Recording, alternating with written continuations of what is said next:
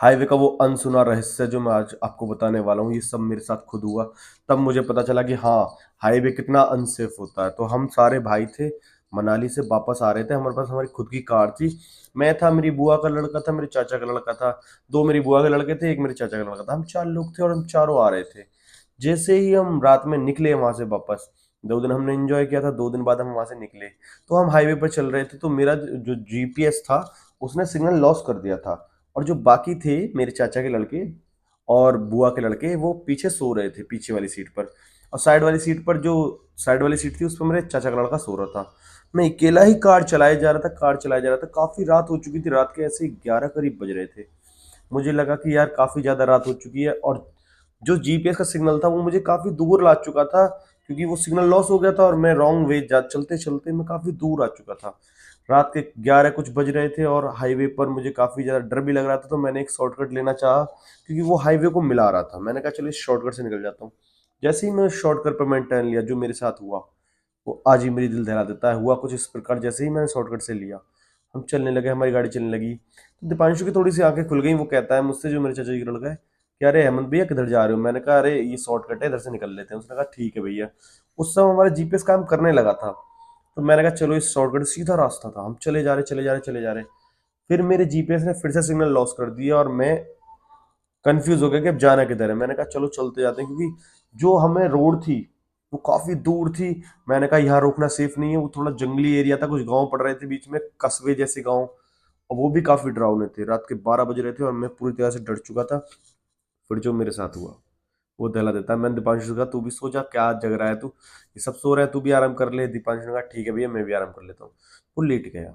मेरी गाड़ी चले जा रही थी, चले जा रही चले जा रही थी। थोड़ी आगे चलते ही मुझे ऐसे लगा जैसे मेरे पीछे कोई है। मैंने एक सब कदम पीछे करी, देखा तो कुछ नहीं। फिर मेरी गाड़ी थोड़ी और आगे चली। जैसे ही मेरी गाड़ी आगे चलती जा रही थी, आगे चलती जा रही थी, जो मेरे साथ हुआ वो मेरे आज भी रूह को दहला देता है। हुआ कुछ इस प्रकार कि एक साथ एक फॉक्स, मतलब लोमड़ी, मेरे आगे आ गई और वो गाड़ी से ठुक गई। और भाई गाड़ी से जैसे ही वो ठुकी, गाड़ी बंद हो गई।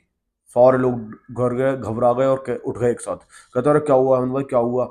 अभी कहता है कि क्या हुआ, और मेरे अंकित भैया थे साथ में, वो भी कहते हैं क्या हुआ। बोलू किसमें गाड़ी ठोक दी? मैंने कहा अरे गाड़ी कुछ नहीं ठोकी, एक लोमड़ी आ गई, देखो आगे जाकर। सब हम उतर के बाहर को आए, देखा तो वो लोमड़ी गायब। वो कहते हैं ठोकी तो तूने गाड़ी थी किसी में, बहुत तेज गाड़ी हिली है, धक्का खाई एक साथ। मैंने कहा अरे ठुकी थी, लोमड़ी यहीं थी।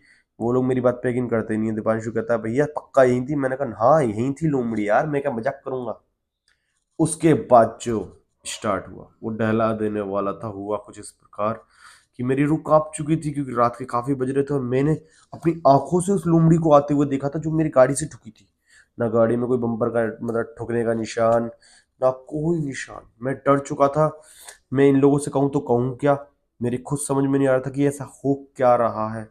फिर मैं डर गया, तो मैंने कहा चलो कोई नहीं, जैसा है वैसा सही। फिर थोड़ी देर बाद हम थोड़ी और आगे चले। गाड़ी हमारी स्टार्ट हो चुकी थी, गाड़ी थोड़ा प्रॉब्लम सी करने लगी, मुझे क्लिच में प्रॉब्लम फील होने लगी थी।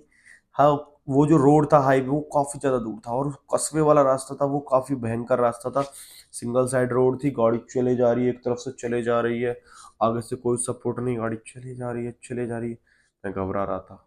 सच्चाई तो ये है कि मेरी रूह कांप रही थी, और जो मैंने देखा था वो सब मुझे डरा रहा था, पल पल डर रहा था मैं। फिर जो मेरे साथ हुआ, मैंने देखा कि मेरी गाड़ी झटके लेने लगी। और जब गाड़ी झटके लेने लगी तो वो बंद हो गई। मैंने देखा कि अरे गाड़ी का जो इंजन था काफी हीट हो रहा था। मैंने कहा अरे इसको पानी डालने की जरूरत है। मैंने पानी की बोतल जैसे निकाली, उसमें इतना सा ही पानी था। और बोतल्स देखी तो वो सब हम खत्म कर चुके थे, हम क्योंकि लेके नहीं आए थे। हमने सोचा हाईवे पे ले लेंगे आगे कहीं से। हमें कहीं बोतल मिली नहीं थी। मैंने पानी का, मैंने सोचा चलो आसपास देख के आता हूँ। तो दीपांशु ने कहा भैया मैं भी साथ चलता हूँ। मैंने कहा अरे तू कहाँ जाएगा, रुक मैं देख के आता हूँ। जैसे ही दोस्तों में थोड़ी आया गया तो मुझे एक नल दिखा। वो काफी भयंकर टाइप का नल था, पुराने जमाने का नल था, जो होते हैं नल। और मैंने उसको चलाने की कोशिश करी, तो किर किर किर की आवाज आती है, कुछ निकलता नहीं है। मैंने कहा शायद निकल ही आए। पीछे से रॉबी आ जाता है, कहता है अरे गोलू क्या हो गया? मैंने कहा अरे भाई रोई, पता नहीं ये चल नहीं रहा, देखना जरा। रॉबी ने भी थोड़ी कोशिश करी तो वो नल चला नहीं। हमने कहा यार क्या हो गया? मैंने कहा चल थोड़ी देर रुक जाते हैं, गाड़ी ऑटोमेटिक ठंडी हो जाएगी। हम वापस आए। हम गाड़ी हमारी ठंडी हो गई। हमने कहा चलो इसको स्टार्ट करते हैं। वो स्टार्ट करने लगे तो गाड़ी स्टार्ट नहीं होती। मैं घबरा गया। मैं देखता हूँ कि वो फॉक्स जो था वो मेरे जस्ट थोड़ी आगे ही चल रहा है। मैंने कहा अबे। मैंने रॉबी से एक साथ हाथ मारा, रॉबी वो देख। रॉबी कहता है क्या देखूं? कुछ नहीं है वहां। मैंने देखा तो वहाँ कुछ नहीं। मैं कह रहा यार अभी तो वहीं था। मैं बहस करने लगा कि यहीं था यहीं था। वो कहने लगा अरे क्यों बहस कर रहा है, नहीं था कुछ भी यहाँ। फिर जो हमारे साथ हुआ वो आज भी हमारी आत्मा को दहला देता है। हमने देखा कि एक आदमी लैटेन लेकर, लाठी लेकर और गमछा सा डाल रखा है पूरी बॉडी पर, हमारी तरफ आ रहा है। हमने कहा शायद ये मदद कर दे। हमने कहा अरे ये हमारी गाड़ी खराब हो गई है, इसको देखना जरा। वो कहता है सीधे चले जाओ। मैंने कहा अबे सीधे चले जाओ नहीं, इसको जरा देख लो, नजर मार लो एक बार। मैं ऐसा ही थोड़ा कड़वा बोलता हूँ, बाकी ऐसे ही बोला मैंने उससे कि इसे देख लो। तो उसने सीधा हाथ करा और वो चला गया थोड़ी देर। मैंने कहा क्या बहन चूतिया लोग हैं यहाँ के। फिर मैंने इस चीज़ को इग्नोर करा। हमने कहा चलो गाड़ी में बैठो। फिर जो हमारे साथ हुआ, हमने देखा कि हमारा पिछला टायर पंचर। हम सारे थम चुके थे, रात के 2 बज चुके थे और रात के 2 बजे हमारी आत्मा बिल्कुल थम चुकी थी, क्योंकि पिंचर जब था नहीं और फिर पिंचर हो गया वो आदमी निकलते ही। हमने स्टेपनी निकाली, स्टेपनी बदली। स्टेपनी जैसे ही हम बदल रहे थे हमें लगा कि झाड़ी में से कुछ आवाज आ रही है। हम डर गए कि झाड़ी में क्या हो सकता है। हम सारे गाड़ी में बैठ गए। जैसे ही हम सारे गाड़ी में बैठे तो अंकित भैया कहते हैं गाड़ी में मैं चलाऊंगा। मैंने कहा तुम चला लो। वो गाड़ी में आगे बैठे, मैं उनको बराबर में बैठा था, रोबी और दीपांशु पीछे बैठे थे। हम चारों पीछे, दोनों पीछे बैठे हुए थे और भैया और दीपांशु आगे बैठे हुए थे। उन्होंने गाड़ी स्टार्ट करने की कोशिश करी, गाड़ी स्टार्ट नहीं हुई। हम लोग 5-10 मिनट और रुके रहे, झाड़ी में से आवाज आती रही। जो उसके बाद हुआ, वो लोमड़ी एक साथ भाग गया और वो गाड़ी में इकट्ठा हो गई। भैया भी पूरी तरीके से हिल चुके थे। भैया कह रहे अरे ये क्या है गोलू। मैंने कहा मुझे क्या पता, देखो तुम। भैया कहते हैं अरे ये लोमड़ी है क्या। मैंने कहा देख लो अब तुम, मैं तुमसे कह रहा जब तुमने यकीन नहीं करा। भैया कहते हैं अंदर रहो, कोई बाहर मत कर लो। फिर हम देखते हैं हमारा जो शीशा था उसमें मेरी एक साथ इत्तेफाक से नजर पहुंची। तो मैं देखता हूँ वो आदमी पीछे ही खड़ा है। मैंने कहा अंकित भैया, मैंने इशारों में कहा अंकित भैया शीशे में देखो और गाड़ी के शीशे चढ़ा लो। हमने गाड़ी के शीशे चढ़ा लिए और हम शीशे में देखने लगे।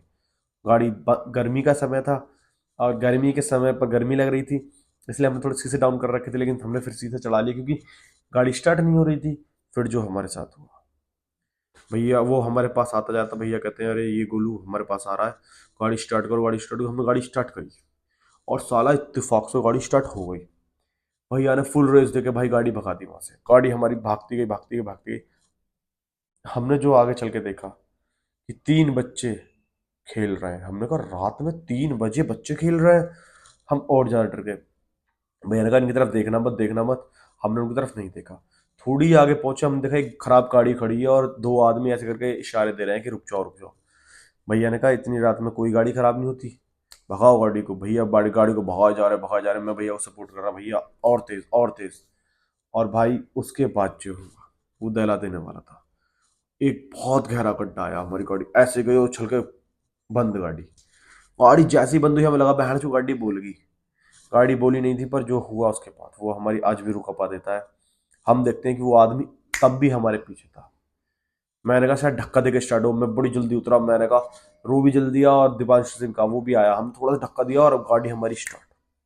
हम भागे भाग गए। हम गाड़ी में घुस ही रहे थे कि उस आदमी ने मेरा पीछे से पैर पकड़ लिया। और मेरा जब उसने पैर पकड़ा, मैंने उसको लात मारी और छुटाने की कोशिश करी। भैया गाड़ी चली रही थी और खिसड़े जा रहा था आदमी भी, और मेरा पैर नहीं छोड़ रहा। मेरे पैर पर आज भी निशान है, यहाँ पर ये रहा, उसके ही नखून का निशान है। इस प्रकार से उसे पता नखून गड़ गए थे उसके मेरे पैर में। उसके बाद मैंने भैया ने गाड़ी को और तेज करा। भैया ने एक साथ गेट डाल के झटका देके गाड़ी उठाई। उसका पैर छूट गया और मैं अंदर घुस गया गाड़ी में। जैसे ही मैं अंदर गाड़ी में घुसा, थोड़ी ही आगे जाकर हम देखते हैं कि हाईवे हमें दिख जाता है। वो रात ऐसी थी कि हम आज भी दहल जाते हैं और उस चीज को याद करते हैं तो आज भी घबरा जाते हैं कि ऐसा सब कुछ हमारे साथ हुआ। बहुत भयंकर सफर था वो, और वो आज भी मेरी रूह कंपा देता है। लेकिन हाँ, मैं तुम सबसे भी कहूंगा कभी भी लाइफ में शॉर्टकट मत लेना। शॉर्टकट जिंदगी को कभी बदल सकता है। साला उस जीपीएस ने साथ छोड़ दिया, फिर हम उन जंगल से भटके, भूत दिखा, लोमड़ी दिखी, बहुत भयंकर पल था। आप उसको इमेजिन नहीं कर सकते कि हम कैसा महसूस कर रहे थे। वो रात हमारी ऐसी थी कि हम यही सोच रहे थे कैसे भी करके बस यहाँ से निकले और अपने घर पहुंचे। ऐसे करके हम सीधा अपने घर आए। हम घर 7:30 बजे पहुंचे। हमने घर पर सब कुछ बताया। घर वालों ने हमारे ऊपर थोड़ा गंगा जल वगैरह डाला और हम फिर अंदर चले गए, प्लस सो गए। और ऐसे करके मेरी ये कहानी स्टार्ट होती है। और जो लोग इस कहानी को देख रहे हैं, मैं कहानी वालों से भी कहना चाहूंगा, जो लोग इस वीडियो को देख रहे हैं उनसे भी कहूंगा कि रात में कभी भी शॉर्टकट ना लेना। शॉर्टकट के चक्कर में आपकी जिंदगी खराब हो सकती है। बाकी मुझे फॉलो कर लो और शेयर सब्सक्राइब कर देना।